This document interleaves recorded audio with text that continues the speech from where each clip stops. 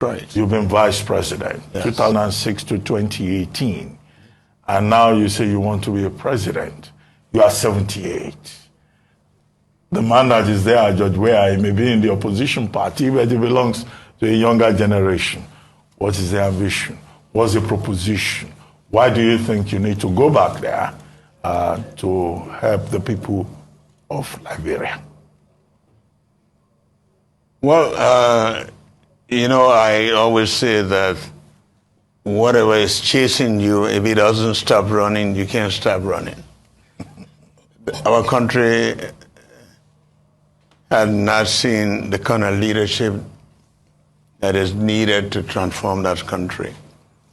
And Mr. Weah is not a person to do it. We knew it, but we gave them the chance to take him. And now we know very well that it's not a test. We know for sure that Weah was not cut up for that. And so we cannot allow our country to degenerate further. Well, how has Liberia degenerated under the leadership of President Weah? Although I understand he's been away since October watching football. That's right. In Qatar. But that can be the big problem. What exactly do you And I did say that Mr. Weah's presence in the country and his absence were all the same, except that when he's absent, he took the money away. Mr. Weah, we all know that he was not really cut up for this kind of job. Mr. Weah is doing exactly what he's cut up for. And Liberia, when we were in power, Liberia was removed from being a failed state to a country that was giving hope to the people. We put in better infrastructure. We were able to remove the stigma of a nation that was failing. And right now, you go to Liberia, people who know Liberia, the country has gone backward in every area. It's all corruption, stealing with impunity.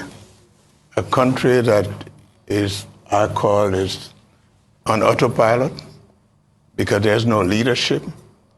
And we cannot continue to risk the future of unborn generation, not to even mention the ones that are there, young people that just languishing. And so we need to rescue Liberia. All right. We hear you that we need, or you need to rescue Liberia. What's your plan? I know we talked about the arrest, AREST. So can you detail how you hope to rescue Liberia? I came with the arrest, and I didn't put 2 arrows because we didn't want to frighten anybody.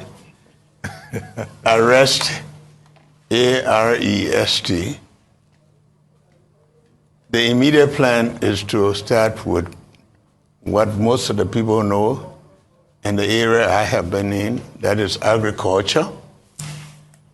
Because in agriculture, 70 to 80% of our people, where we were able to raise their lives, produce marketing, where I came from, people were able to send their children to school.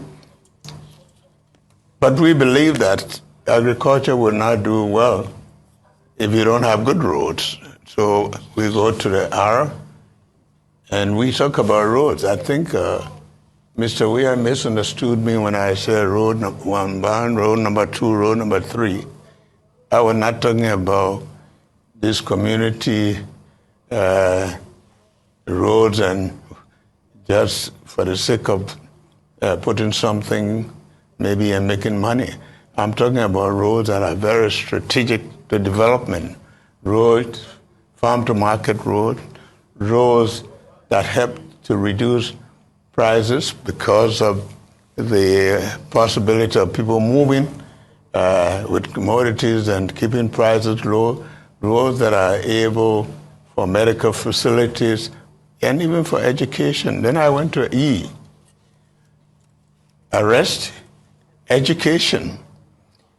The number of children that we had in school had dropped drastically. Firstly, because of the lack of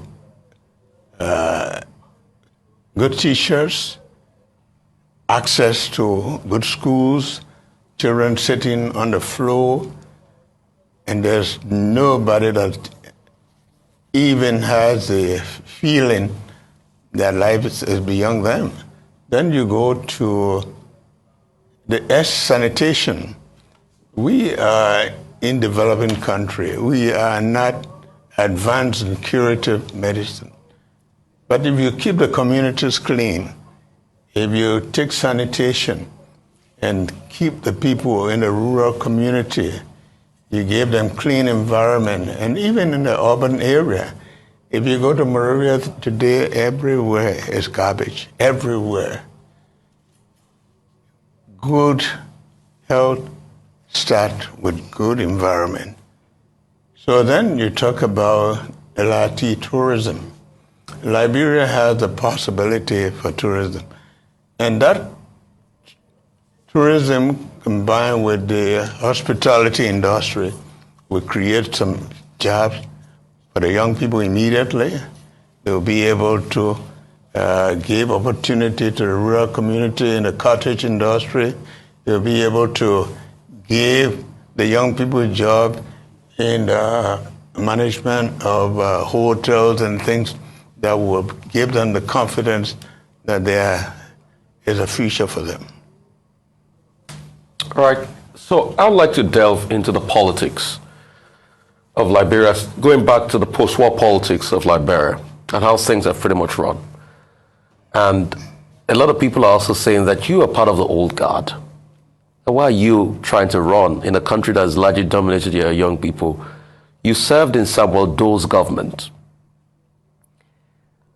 And President Ellen Johnson Sirleaf couldn't openly endorse you while the elections went on and on, because it was stated that she come out to say that I'm not supporting any of the two candidates when he went to runoff before the incumbent president, George Weah, got in.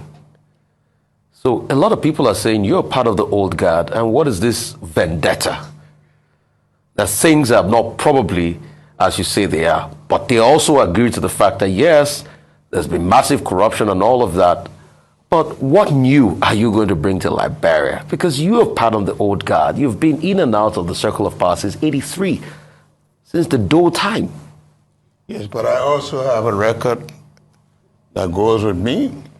I served, and once I was asked that why can you do as president that you couldn't do as vice president, and I said, if you want to see a race car, you put it on the racetrack, not in the garage.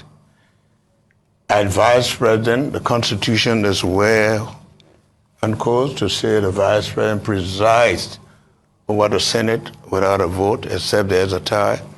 A vice president assists the president. To assist the president is a matter of choice, whether the president wants to be assisted or not. And my records show that I assisted the president very well. The fact that she went the way she went, well, she knows it better than I.